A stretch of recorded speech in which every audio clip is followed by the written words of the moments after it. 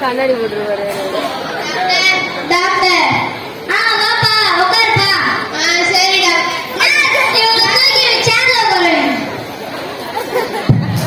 Doctor. கண்ணு தெரியல doctor. கண்ணு தெரியலையா? சாரிப்பா, எனக்கு மருந்தே இல்லப்பா. இந்தப்பா 2000 ரூபாய். கொடுங்க டாக்டர். டாக்டர் 2000 500 தருங்க.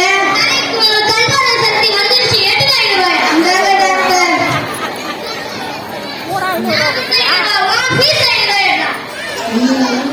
இந்தாங்க டாக்டர். வேண்டிய யாரையும் ஏமாத்த கூடாது. உழைச்சி சம்பாதிக்க வேண்டியதுதான். என்ன மாரி சோம்பேறியா இருக்காம உழைச்சி சம்பாதிக்க பாருங்க. நான் மாறிட்டேன், நீங்களும் மாறிடுங்க.